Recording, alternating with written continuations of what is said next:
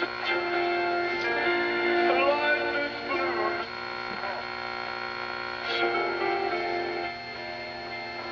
hello. Back for another video here from Radio Heaven. This is a kind of an unusual set for my collection. You've seen the other stuff. Most of what I have, most of where my interest is 20 sets, super hits and that kind of thing. This is a memory set for me. When this is a set that I just recently got, and actually just brought it home Friday. The original set that this was bought to replace is one from my childhood. My dad had bought a set like this when he got out of the Civilian Conservation Corps in about 1937 or somewhere like that, and he went to work at a knitting mill in Yanceyville, North Carolina, living on his own, and bought a radio, so he'd have a radio at the house. And he used the radio until he joined the Navy at the start of World War II. He gave it to his mother to keep for him and left it with her, and sometime over the years past that, it wound up in the attic at our house and eventually got brought down sometime or another when I was in elementary school. I had never been exposed to a set with shortwave on it before. This has a shortwave band on it from 2 to 7 megacycles. Didn't know what shortwave was, didn't know anything about it. About this time, I guess I had, maybe not long after this, I had gotten my first set of walkie-talkies and started really getting into radio. But anyway, Dad brought it down and hooked the one side of one of the antenna leads to one side of the antenna for the television. So it was essentially with a long wire, a little twin lead going up, you know, through the attic and out to an antenna on top of the house. And we listened to the shortwave stations from all over the world. I couldn't believe it, you know, we were hearing these stations from all over. And back, this was in the middle 60s, probably 62 or 3 or somewhere along in there. And there was a lot of good shortwave back then.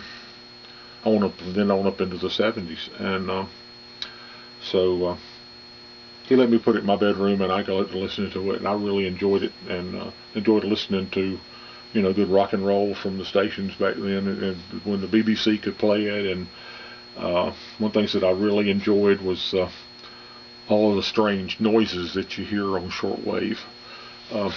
This set is a Mantola, and I'm not exactly sure that was the brand on it, but a lot of these were manufactured for different store brands, Western Auto and things like that. But what I remember is the slope of the front of the cabinet, and this pattern in the dial. I'm gonna pick the camera up and see if we can bring it over here so you can see a little bit of a close-up of it. Interesting dial. And I like the geometric pattern in the dial. Is one of the things memories that came back for me. And it's going to really be shaky, I'm sure. But I'll turn it around and look in the back. And, you know, nothing special. Just a regular, normal, late 30s, you know, AC set. Since I wanted it to play, and it wasn't exactly a really historic artifact like a 20 sets I think are. I gave it to a friend of mine and had let him recap it for me. I just didn't feel like messing with it. I knew he could do a good job on it. It's David DeBetta, and he is my go-to guy when people email me and ask if I know somebody that can restore an old radio for them. I passed David's name along, and he's done a number of sets. So I finally let him do one for me. The cabinet is just like I got it, except for it was a little bit lighter and I just didn't think looked quite right. So after I got the chassis home, I took and cleaned the cabinet real good, and I used some Old English scratch cover.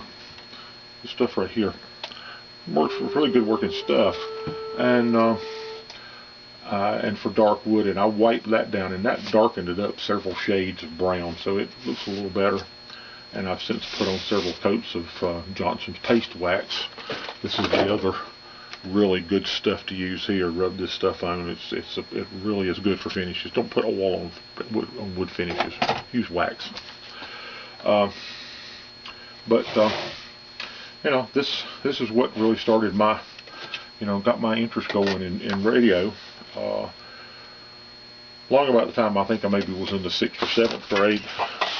My friend of my next door neighbor, my best friend, and I were out in the backyard working on a project of some kind, and I took the radio out and plugged it in so we could listen to it while we were out in the back.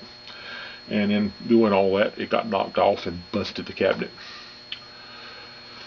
And, you know, it's a fairly cheap made radio, so the cabinet just fell apart when it hit the ground. So I took it up and set it back up there, just a chassis, and it still worked. It worked okay, so I was listening to it like that. And the best of my memory of that far back, being 45, almost 50 years ago, is that my mother was afraid. She kept saying she was afraid I was going to get electrocuted on it with all the components exposed. And I have a feeling that she just threw it away. All of a sudden it was gone, and I think she probably threw it in the trash one day. So, but you know, that memory has hung around for a long, long time. And I have, over the years, have always kept my eyes out for one. Well, this past year I actively got to looking for one, and I posted several messages on the email reflectors and on the Antique Radio forum describing the set with the sloping front and the odd geometric pattern in the dial, and several people pointed me to one on Antique Radio Archives. It had a picture of it, so I knew what to look for. And just not long after that, this one popped up on eBay, and I was lucky enough to get it at a good price. So now I have it. So I'm real pleased with this. Like I said, it's a good memory, and kind of plugs a hole in filling in the memories of where my interest in radio started. I wish I had it longer and got really more interested in the shortwave as I got a little older.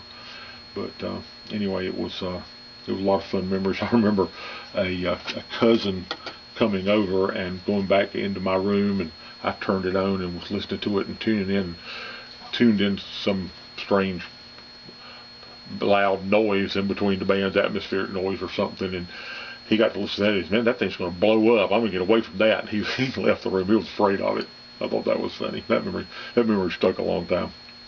But just another radio memory from Radio Heaven. Thanks for visiting. And I see by my timer here that my time's just about up, so I'm not going to run out of memory on this. I got a one gig card in my camera, and it'll do about 8 minutes. So I'm going to shut up now and see if I can get this loaded up to YouTube. Thanks for visiting. We'll do another one.